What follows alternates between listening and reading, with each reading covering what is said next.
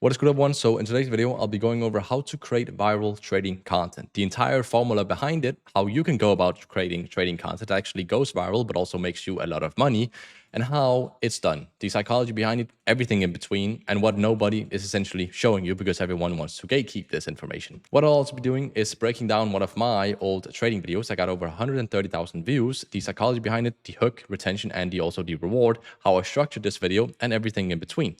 So if you have a trading business, trading brand, or you're looking to start one, this is exactly for you. Now, let's get into it. Before we even get more in depth about the psychology behind it and actually how it works and how you can, structure it, you have to understand the psychology behind a viral trading content and how the social media platforms actually work. So there's the hook, there's the retention, and there is the reward. So we'll be breaking down this in just a second. But this is the psychology behind every single viral trading video, right? Hook, retention, reward. And this applies to not only YouTube long forms, but also short form, story sequences, emails, ads, whatever it might be. Everything comes down to the hook, retention, and also reward, right? Now, the hook is obviously getting their attention, stopping them from doom scrolling, or just stopping them from, scrolling past you on your browse feature on YouTube or whatever it might be, whichever platform that you're posting on, right? Now, if it's short form, then the first 1 to 2 seconds is your hook. If it's long form, it's the first 5 to 15 seconds, right? That's your hook, right? So short form right here, long form here, because obviously with short form, there's, scrolling past you, like doom scrolling, their attention span with short form is so fried. With long form, it is a bit better. Now, once you've gotten people hooked, you also want to keep them retained, watching until the end. You need to keep them retained. You need to constantly show value, give value, be somewhat, not even controversial, but just interesting enough for them to watch until the end. Because the last thing you want is be boring, just, sit here and talk. Imagine if I was just sitting here and just talking like this for like 20 minutes long without showing anything or without, breaking it down step by step, right? That would just be boring as shit, right? So you need to keep them retained throughout the video. Then after you've kept them retained, you need to also give them a reward for watching the video until the end. If that's a freebie, if that's a, free PDF or whatever it might be, I actually can't spell today, freebie, or if that's just a pitch for your, mentorship, whatever it might be, give them a reason to why they've watched until the end, right? So you can have your freebie in the description. You can also have your book a call funnel, right? Your mentorship, whatever it might be, have a reward or give them a reward at the end. Now, that's the formula behind a video itself: hook, retention, reward. You have to also understand how these social media platforms actually work. So if you want to go viral, you must focus on click-through rate and average view duration, right? This is with long form, by the way. Short form is hook rate and then average view duration. So how many click on the video? This is your click-through rate. How many people actually click on it? So the thumbnail and also title. So if you go onto my channel right here, my old trading brand, this is the click-through rate. How many people actually click on this video, that read the title, click on it, and then the average view duration is how many people actually watch until the end. That's how you go viral. Focus on these two metrics, because you have to understand that YouTube, let's just say YouTube, for example, is a platform itself. They make money when they can push out ads towards people. It is a business. YouTube is a business. Instagram is a business. TikTok, whatever it might be, whichever social media platform it is a business. They want to make money. And how does YouTube make money? Let's say just YouTube as an example. They make money when they can push ads towards people. How does they push ads towards people, or which videos are they going to push out so that people will see their ads? They're going to push out the best performing videos. And how does a YouTube platform determine a good video? They determine it on click-through rate, how many people click on it, and average view duration, how many people watch until the end. Because if these two are on point and on top, then the video is objectively good in YouTube's eyes, right? And it is, because people are clicking on it and people are being engaged in it and watching it until the end, right? So YouTube is going to reward click-through rate and average view duration. Same with short form on Instagram. It's just hook rate. How many people stop, doom scrolling past you, and then average view duration, right? So that's the foundations behind a social media platform. And you have to understand that. So in order to go viral, focus on these two metrics when it comes to long form, hook rate, and average view duration when it comes to short form. But this is more about long form, because you will be making more money on long form with your trading educational videos compared to short form, obviously, right? So let's break down the hook, retention, reward in stages as well. So the first stage is the hook. This is where you need to keep people from stopping the scroll if it's on short form, and also getting people to stop essentially scrolling past you on YouTube when it comes to the browse feature. Imagine this was all, browse feature, right, on the home page. So getting people to actually, oh, damn, this video popped up. Let me click on that. You know what I mean? So there's really two formulas to a hook. There is the visual hook and there's the verbal hook. So visual hook is, funny enough, what they see, what your trading audience sees. Verbal hook is obviously what they hear, right? So a visual hook example could be, and I'll be breaking down my video on how I, got over 130,000 views on one of these, right? How this made me over 50K. I'll be breaking down the psychology behind that too. But there's the visual hook right here. As an example of that could be journey pictures, pain points, just me talking about how I stayed up at 2 a.m., right? While showing them, right? You want to show them visually. It's one thing to just talk about your, trading journey and get them hooked, just talking about it verbally. But what's also ideal is showing it visually, showing that you went through the trenches, showing that you stayed up to 2 a.m., to 4 a.m. watching trading YouTube videos 5 years ago. You know what I mean? It's visually, but also verbally, right? Alongside that, if you want to keep people's retention throughout the video, you also focus on drawing. You also focus on moving the screen. You also focus on zooming in and out, and zooming in, doing circles and all this stuff like I'm literally doing in this video as well. That's why I'm keeping your retention, and I hope you'll be watching until the end, because I also have something for free to you. Funny enough, reward at the end, right? But you get the idea. Now, that was the visual hook. We also have a verbal hook. Verbal hook is obviously what you say. You can go over pain points, you can go over bold statements, you can go over big promises, you can go over a relatable story, whatever it might be. Just have a visual hook within the first 5 to 15 seconds, but also a verbal hook within the same 5 to 15 seconds. And I'll be breaking down my hook as well. As you can see, if we go back a little bit, I actually go over my journey with my trading career, how I was staying up at 2 a.m. watching YouTube videos, how I was strategy hopping, how I've tried every single indicator, trading strategy, whatever it might be, so that I'm relating to my trading viewers, like audience, right? I'm relating to my audience because I know that they're also watching YouTube videos, binge watching YouTube videos, strategy hopping. I know they're over leveraging probably, and I know all of their pain points. So I'm strategically saying it so that I'm relatable and so that I dig into their pain points, and so that a trading lead actually thinks, damn, this guy knows exactly what I'm going through right now. Let me watch until the end. You know what I mean? But let's break this hook down right here, right? Let's go back a little bit, and then you can listen to this. Fucking years, okay? Think about that. 3 years of constantly blowing accounts, 3 years of constantly feeling stuck, 3 years of binge watching YouTube videos every single day. And I'm talking about 10 hours a day, 12 hours a day, 14 hours. Visual hooks, I show the journey, I show what I went through, but also indirectly talking about their pain points. Like I know that I'm going to talk to a specific guy, aka unprofitable trader, and now I can help them throughout this video. If you watch until the end, then he'll get access to my strategy that changed my life and got me profitable, right? It's all very strategic, and that's the reason why this went viral. People clicked on it, it was a good thumbnail, good title, and people stayed until the end, and the hook just carried the entire video, right? But as you can see, I went over the pain points, I show it visually, but also verbally within the hook, right?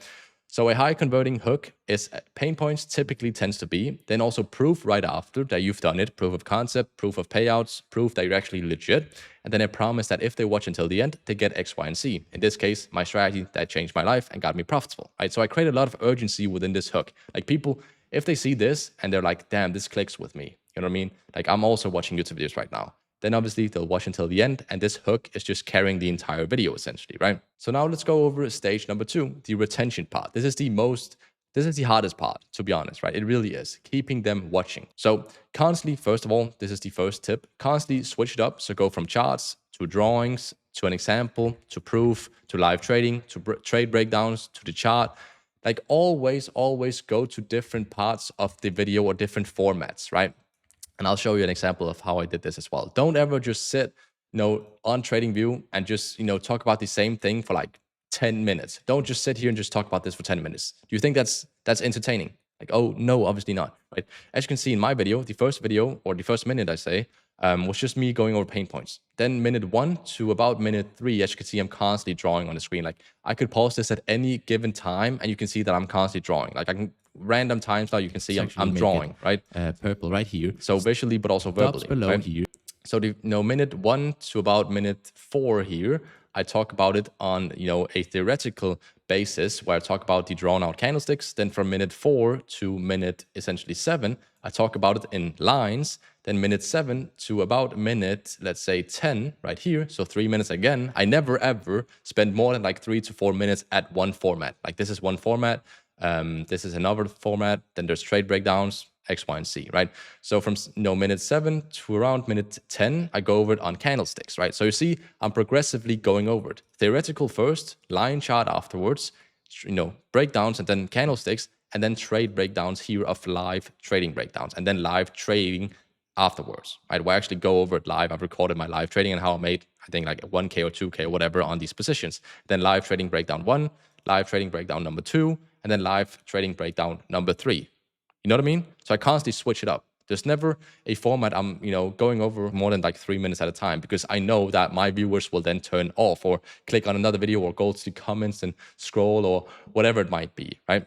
So never ever, just sit still. Actually give them a reason to stay until the end, make it entertaining, draw it visually or, visually, and then also talk about it verbally, right? Hope that makes sense, right? Second thing is the attention. So the more you move, the more attention you have. Obviously, don't overdo this, but draw every like 5 to 10 seconds, annotate on the screen, highlight key areas like I'm doing right now. Like this is just becoming a habit of mine. I've made content for quite a while now. So I automatically draw circles, lines, whatever it might be. As you can see, I'm doing throughout this video as well. And then just keep the screen dynamic, right? You don't want to just sit still for like 10 minutes like this. That's obviously boring. No one wants to watch that. The third principle is show proof. So don't just say, I struggled. Actually, show screenshots, show losses, show results, and show live tradings. Right? And then visually, but also verbally, equals the maximum retention.